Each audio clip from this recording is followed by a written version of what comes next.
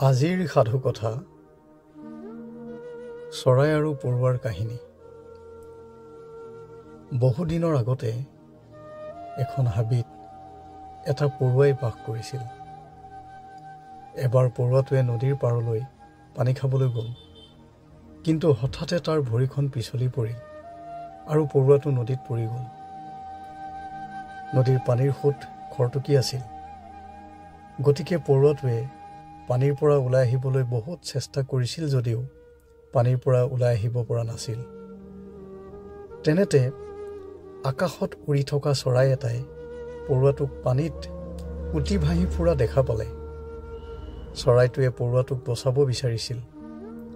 সেই ভাবি চৰাইটোৱে গছৰ শুকান পাত এটা ঠোঁটেৰে আনি পৰুৱাটোৰ ওচৰত ৰাখিলে।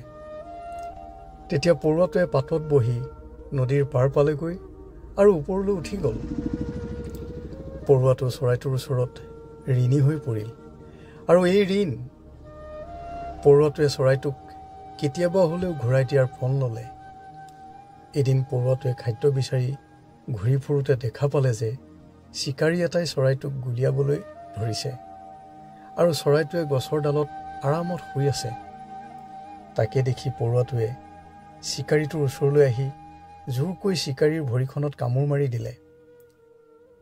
চিকাৰীটোৱে বিষত জোৰেৰে চিঞৰিবলৈ ধৰিলে, আৰু সেই চিঞৰ শুনি চৰাইটো তাৰ পৰা উৰি গ'ল। এইদৰে পৰুৱাটোৱেও চৰাইটোৰ জীৱন ৰক্ষা কৰি এসময়ত চৰাইটোৱে কৰা উপকাৰ ঘূৰাই দিলে।